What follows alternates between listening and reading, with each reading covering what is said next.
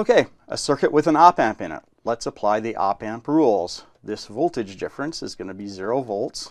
So if I define this as VA and this is VB, VA is going to be equal to VB.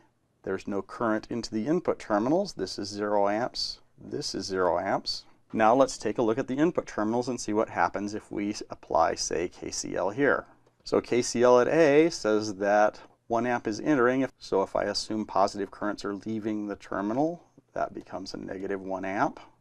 Plus VA minus, if I take this as 0 volts, so VA minus 0 volts over 10 ohms is equal to 0. So VA is equal to 10 volts, which means that VB is equal to 10 volts. Now if I do KCL at B, I've already solved for VB, so I don't really need to carry that around as an unknown if I do KCL at this big terminal here. So I have 2 amps entering that node, which is a negative 2 amps positive leaving, plus the current through this 20 ohm resistor, which is, I'm going to say is VB, which is 10 volts, minus 0 over 20 ohms, plus the current through this 20 ohm resistor, so that's VB, which is 10 volts, minus V out over 20 ohms equals 0.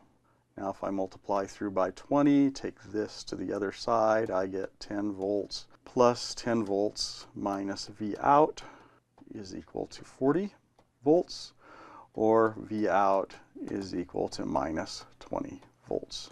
Now, as always, there's more than one way to look at this. Let's take another look at finding VA.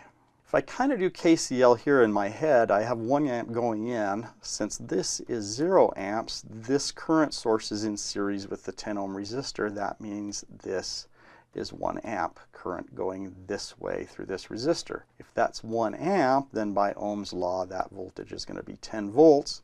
So I'm going to still come up with this, maybe by a different route, but it's still the same thing essentially as doing KCL at this input terminal here.